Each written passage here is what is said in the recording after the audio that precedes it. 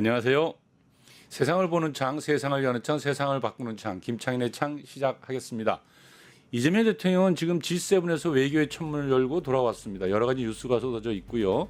또 말도 많고 탈도 많았던 나토 회의에도 참가를 결정하였습니다. 이스라엘의 이란 공습으로 시작된 중동발 경랑은 점점 쓰나미처럼 커져가고 있습니다.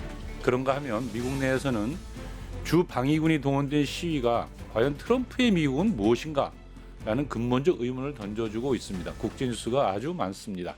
이 자리에 세계를 보는 창 W 이은혜 위원 나오 계십니다. 안녕하세요. 네, 안녕하세요. 세계를 보는 창 W 이은혜입니다. 오늘도 넓은 창으로 멀리 한번 내다보겠습니다. 예, 모든 관심이 이란과 이스라엘 전쟁으로 모아지고 있습니다. 아무래도 오늘은 이란과 이스라엘 전쟁부터 살펴봐야 되겠죠? 네. 이스라엘과 이란의 무력 충돌이 본격화되면서 전 세계가 숨죽이면서 지켜보고 있는 상황입니다. 아마 시청자분들 뉴스가 워낙 쏟아지니까요. 양측의 공격 상황이나 네타냐후, 트럼프가 쏟아내는 발언 등 많이 이미 접하고 계실 것 같습니다. 그래서 오늘은 소식을 브리핑하기보다는 좀 근본적인 이야기를 다뤄볼까 합니다. 우리가 주로 CNN이나 가디언, 뉴욕타임즈 같은 서방 언론의 시각을 중심으로 이 사안 볼 수밖에 없잖아요. 비서방 언론은 이걸 어떻게 다루고 있는지, 중동 지역 현지 보도는 어떤지, 국제감시기구들의 자료들은 무엇을 말하고 있는지 오늘 거꾸로 보는 이스라엘-이란 전쟁 4가지 질문으로 한번 뽑아봤습니다. 네, 첫 번째 질문부터 한번 던져보시죠. 네, 첫 번째 질문. 이 전쟁 정말 핵무기 때문에 벌어진 겁니까? 입니다. 이스라엘은 이번 공습의 원인을 이란의 핵무기 개발이 있다라고 말하고 있죠. 네, 하지만 이란이 핵무기를 보유하고 있다는 건 전혀 확인된 바 없는 사실입니다. NPT에 가입되어 있는 상태고요. 평화적 핵 개발 권리를 주장해 왔죠.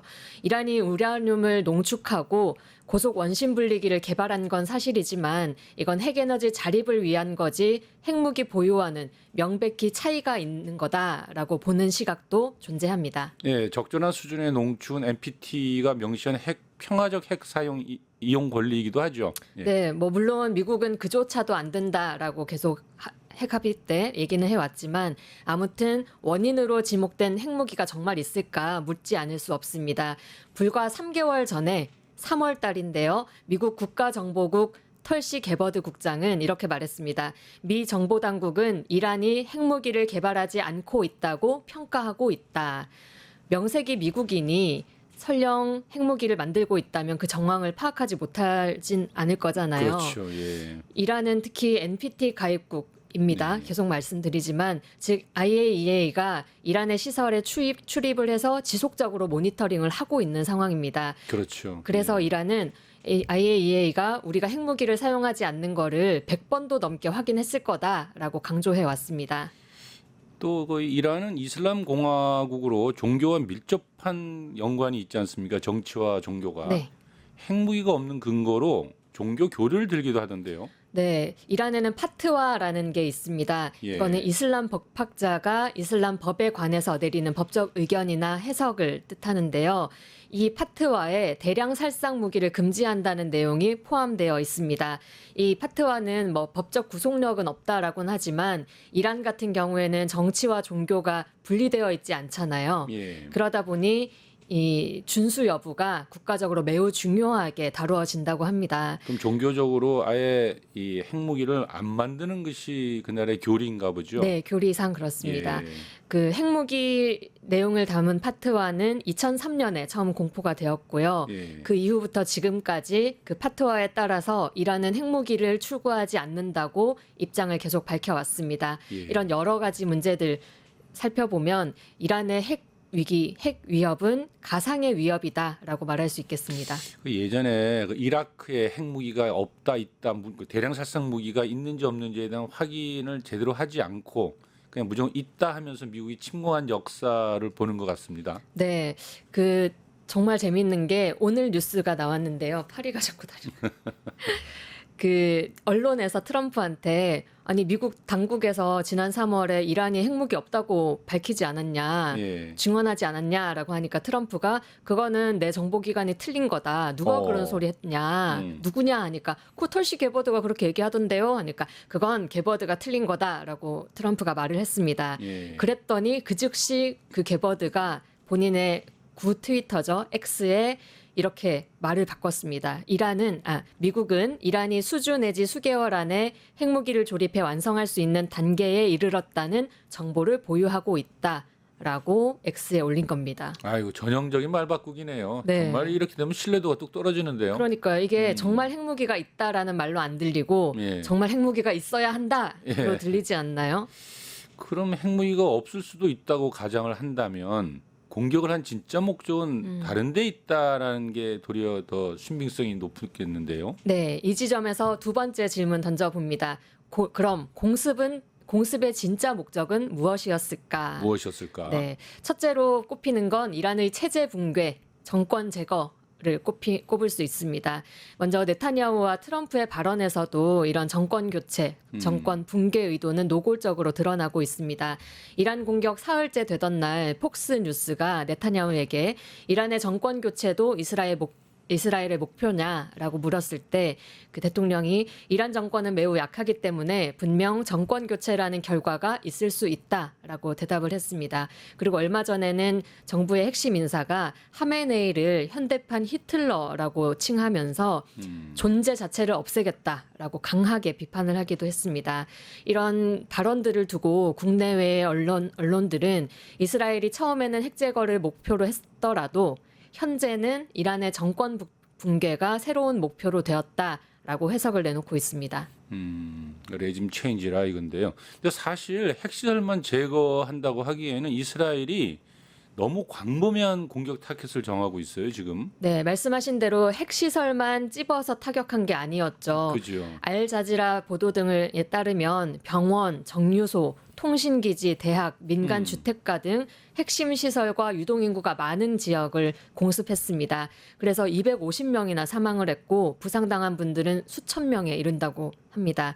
거기에 최근에 가스를 비롯한 핵심 에너지 시설, 거기에 정부 부처, 공항, 경찰서까지 무자비하게 공격하고 있는 그렇죠. 상황입니다. 아주 노골적인데요. 그러니까 사회 유지 필수 시설까지 타격하는 것을 두고 체제 붕괴를 노린다는 해석이 많이 되고 있는 것이죠. 트럼프도 체제 붕괴 시사하는 발언을 이어가고 있는 것 같던데요. 네, 트럼프 역시 언론에서 이란 정부가 무너질 수도 있느냐고 생각하냐 질문하니까 Sure, anything could happen. 물론이다, 무슨 일이든 가능하다라고 답변을 했습니다. 심지어 이런 말도 했죠. 우리는 하메네이가 어디 있는지 정확히 알고 있다. 하지만 지금은 제거하지 않을 거다. 뭐 이렇게 말하면서 최고 지도자를 암살할 수 있는 가능성까지 내비쳤습니다. 그러니까 사실 미국의 이란 정권 교체 시도는 아주 오래된 일이죠. 그러니까 조지 부시가 이란을 악의 축으로 규정하면서 적대 국가했었고요. 네, 그 1979년 이란 혁명을 통해서 팔레비 친미 왕정이 무너지고 호메이니 신정 체제가 수립됐습니다. 그때부터 미국은 이란을 적대국으로 공식 규정해 왔습니다. 그리고 이 정권 붕괴라는 게 단지 군사적인 공격만으로 이루어지는 건 아니잖아요. 40년간 미국과 이스라엘은 이란에 대한 다층적인 시도를 해왔습니다. 가령 스톡스넷 바이러스라는 이 원 바이러스를 통해서 내부 시스템 마비시키고 핵시설 파괴했던 적도 있고요. SNS와 언론을 이용한 여론 선동은 기본이고 반정부 시위 세력들을 지원한다거나 핵심 인사를 암살하는 등 다방면적인 시도가 반복되어 왔습니다. 최근만 해도 기억나실 텐데 솔레이마니가 이 드론 폭격으로 사망한 일이 있었습니다. 그렇죠. 이 솔레이마니 살해 문제는 단순한 테러에 대한 대응이 아니라 이란 체제의 핵심 기둥 중 하나를 제거하려는 체계적인 공격으로 평가받기도 했습니다. 그러니까 지금의 공격이 전쟁의 목적이 체제 붕괴에 있다면 말이죠. 그 이유가 뭔지 이 역사 등 맥락을 짚어봐야 할 것 같습니다. 네, 여기서 세 번째 질문 던져봅니다. 네. 미국과 이스라엘은 왜 그렇게 이란을 싫어할까? 왜 붕괴까지 바랄까? 입니다.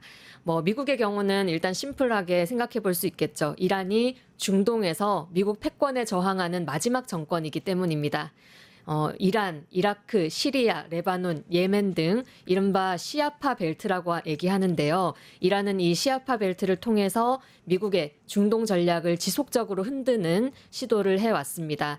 거기에 이게 굉장히 민감한 문제일 텐데요. 달러가 아닌 다른 통화로 석유를 거래하려는 움직임도 보여왔고요. 중국과 러시아와의 협력을 강화해서 탈미국 중심 이 국제 질서의 중요한 축으로 역할을 하고 있습니다. 당연히 미국 눈에는 눈에 가시일 수밖에 없겠죠. 진영적으로도 이란은 매우 요충지지 아닙니까? 특히나 그 호르무즈 해협이 더더욱 그렇고요. 세계 모든 그 석유가 근리 통과해서 전 세계로 가니까요. 그렇습니다. 네. 중동 분석가들은 이란이 무너지면 러시아는 남진 경로를 잃고 중국은 중동 접근 통로를 잃는다라고 분석을 합니다. 중국과 러시아를 견제하는데 그만큼 중요한 위치다라고 해석할 수 있겠죠. 그리고 이란이 절반의 주권을 가지고 있는 호르무즈 해협, 말씀하신 것처럼 석유의 목줄로 얘기가 됩니다. 그렇죠. 그간 이란은 이 호르무즈 해협을 마치 인질카드처럼 이런 위협을 받거나 위기가 도래했을 때 봉쇄해버리죠. 그렇죠. 봉쇄하면서 국제 유가를 흔들기도 하면서 예. 자신들을 이 이익을 유지해 왔는데 이번에도 그래서 뭐 봉쇄할 것인가 말 것인가도 뉴스에 많이 나왔습니다. 이 역시 미국 입장에서는 상당한 골칫거리겠죠. 거기에 또 이란은 석유 매장량만 해도 세계 4위에 달하는 어마어마한 나라입니다. 즉 이란 체제가 무너지고 친미 정권이 만약에 들어선다면 미국은 중동의 지정학적 요충지를 장악하고 세계 에너지 흐름을 다시 미국 중심으로 재편할 수 있다고 볼 것 같습니다. 그러니까 이스라엘도 이란과의 긴 역사가 또 여기 또 함께 묶여 있지 않았습니까? 네, 이 두 나라는 보다 좀 근본적인 적대성을 가지고 있습니다. 종교 문제가 겹쳐 있으니까요. 이란은 이스라엘이 불법 국가다라고 얘기하고 있고요. 지도상에서 사라져야 할 존재다라고 누누이 말을 해왔습니다. 이스라엘 입장에서는 단순하게 안보를 위협하는 수준이 아니라 존립 자체를 위협하는 존재로 인식이 될 것 같습니다. 또 시리아, 헤즈볼라, 하마스 대표적인 반미, 반이스라엘 저항의 국가들이잖아요. 축이라고 하죠. 네, 세력들이잖아요. 그래서 저항의 축을 구성해서 반미, 반이스라엘 활동을 하는 것 역시 이란이 주도를 하고 있는 상황입니다. 특히 여기서 헤즈볼라 같은 경우는 이란이 지원하는 무장단체 중에 가장 강력한 세력으로 이스라엘 북부 국경에서 실질적인 군사적 위협을 가하고 있는 존재입니다. 지금 이스라엘이 중동에서 유일하게 핵을 보유하고 있는 나라잖아요. 그것을 통해서 힘의 균형을 꾀하고 있는데 이 반이스라엘 세력의 큰 형격인 이란이 혹시라도 핵무기를 가지게 된다면 이 이스라엘이 군사적 우위를 가지고 있는 현 질서는 위협받을 수밖에 없습니다. 그러니 이스라엘 입장에서는 사전에 그것을 막고 싶을 것이고요. 그 네타냐후와 트럼프가 국내 정치 위기를 돌파하기 위해서 전쟁을 선택했다는 시각도 다분하게 있는 것 같습니다. 네. 그 지점도 한번 짚어볼까요? 네, 마지막 네 번째 질문입니다. 전쟁은 네타냐후와 트럼프의 생존용일까? 많은 전문가들은 이번 공습의 이면으로 이스라엘 국내 여론을 주목하고 있습니다. 네. 뉴욕타임스 같은 경우는 이스라엘 공습은 네타냐후의 지지율 회복 시도다. 이런 기사 낸 적 있고요. 이스라엘의 대표 신문인 하하레츠의 경우는 공습은 이란이 아닌 이스라엘 유권자들을 향한 것이었다라고 평하기도 했습니다. 실제로 네타냐후는 정치적 위기 상황입니다. 지금 사법개혁에 반대하는 시위가 1년 넘게 진행되고 있는데요. 그 이스라엘 사법개혁 시위 검색하면 정말 어마어마하게 쏟아져 나오는 사진들도 검색할 수 있습니다. 수십만 명이 거리로 나오고 있고요. 네. 심지어 예비군과 공무원 집단 거부까지 선언한 상황입니다. 그리고 네타냐후 개인적으로도 뇌물, 사기, 배임 혐의로 장기적인 재판을 받고 있는 상황이고 총리직 유지 자체가 위태로운 상황이었습니다. 여기에 2023년 하마스가 기습 공격했던 일이 있습니다. 이때 1,200명 이상 시민이 사망한 일이 있었는데 그러다 보니 국민들 사이에서는 이 공격을 받은 것이 네타냐후의 치명적 실패다라는 여론이 확산되어 왔습니다. 한마디로 안보 리더십이 완전히 붕괴된 거죠. 이런 상황에서 뭐가 필요하겠습니까? 국내에서 정치적인 리더십이 이 협박을 받거나 두려움에 빠지게 되면 가장 빠르게 선택할 수 있는 방법이 외부의 적을 만들어서 공격하는 거지 않습니까? 네. 그래야 이제 비난의 눈이 다른 곳으로 쏠리니까요. 그렇죠. 우리 윤석열 때도 많이 겪어봤었잖아요. 그렇죠. 공산 전체주의 세력 그래서 위협. 내란이 아니라서 외환의 죄를 그래서 찾아내야 된다는 거잖아요. 네, 맞습니다. 이 국민들의 분노를 바깥으로 돌릴 국외의 적을 그렇죠. 만들고 네타냐후에게는 강한 지도자의 이미지를 회복할 수 있는 한 방의 이벤트가 바로 이란 공습이었다라고 평가되는 겁니다. 이스라엘에는 이런 말이 있다고 해요. 선거가 다가오면 이란을 때린다. 우리나라 선거 때마다 등장하던 북풍몰이하고 비슷한 겁니다. 그렇죠? 그렇죠. 네. 실제로 2009년, 2012년, 2021년에도 선거 직전마다 네타냐후는 이란을 향한 군사 위협을 전개를 했었다고 합니다. 이번에도 그 패턴 다르지 않다고 보고 있고요. 특히 하마스의 공격을 받고도 하마스를 무너뜨리진 못했습니다. 그래서 국내적인 어떤 아픔을 어루만져 주지 못한 거죠, 따지자면. 그래서 이란을 직접 공격함으로써 강경 보수 지지층이 재결집되는 효과도 누리고 있는 걸로 보입니다. 그래서 이스라엘 내에서도 공습은 이란을 겨냥했지만 그 미사일은 이스라엘 유권자의 마음을 향한 것이다라고 이야기되기도 합니다. 그 윤석열 전 대통령이 느닷없이 평양에다 드론을 3번씩이나 띄웠던 것이 떠오릅니다. 네. 정말. 근데 사실은 이런 문제가 있다면 트럼프도 사실 마찬가지 아니겠습니까? 사실 대통령이 되고 난 다음에 6개월 동안 어떤 성과를 하나 보여준 게 제대로 없으니까요. 그렇죠. 온갖 논란만 계속 드러나고 있는 상황인데 이 트럼프야말로 외부의 적 만들기 귀재 아니겠습니까? 지금 트럼프도 개인적으로 굉장한 위기를 겪고 있다고 봐야 됩니다. 선거 개입, 서류 위조, 의회 폭동 방조, 기밀 유충 등 형사 기소만 4건이고요. 지금 재판을 받고 있는 상황입니다. 그 외에 받고 있는 혐의만 88개, 88개나 된다고 하니 사법 리스크가 어마어마한 사람입니다. 그리고 뭐 강경 보수, 우익들의 지지는 굳건하지만 그 외에 부동층이나 중도층은 불안하기만 한 상황이고요. 이제 총선이 다가오고 있는데 지금만큼의 반쪽짜리 리더십으로는 선거 승리를 전망하기 어려운 상황입니다. 국가적인 지도자라는 이미지가 필요한 시간이죠. 거기에다가 뭐 본인이 당선되고 나면 러시아 우크라이나 전쟁 중재하겠다. 가자지구 전쟁 중단하겠다. 이런 호언장담을 했는데 전혀 이루어지지 못했고 중국 등 전 세계를 향한 관세 정책 또한 아무런 효과를 보지 못하고 실패했다고 평가받고 있습니다. 이렇게 궁지에 몰린 트럼프가 이란과의 확전을 통해서 자신의 실패를 좀 묻고 가리려고 한다는 해석이 많습니다. 그러니까 강경한 발언을 반복하는 것도 그런 측면은 있겠죠. 그러니까 핵을 허용하지 않는 강인한 리더 뭐 이런 모습 말이죠. 네, 실제로 아까 2020년 네. 이란의 솔레이마니 사령관을 드론으로 암살했을 때 트럼프의 지지율이 상승했던 경험이 있다고 합니다. 당시에 뉴욕타임즈 역시 공화당 내 리더십이 결집됐고 민주당도 이 사례에 대해서 명확히 반대하지 못했다라고 평가를 했었거든요. 그래서 지금도 이스라엘을 지지하고 강경한 발언을 쏟아내는 것도 그런 역사적 경험에서 비롯된 거라고도 보여집니다. 바이든, 민주당은 약하고 나는 세다, 원칙적이다, 나는 미국을 지키는 사나이다라는 이미지를 획득하려는 것으로 보입니다.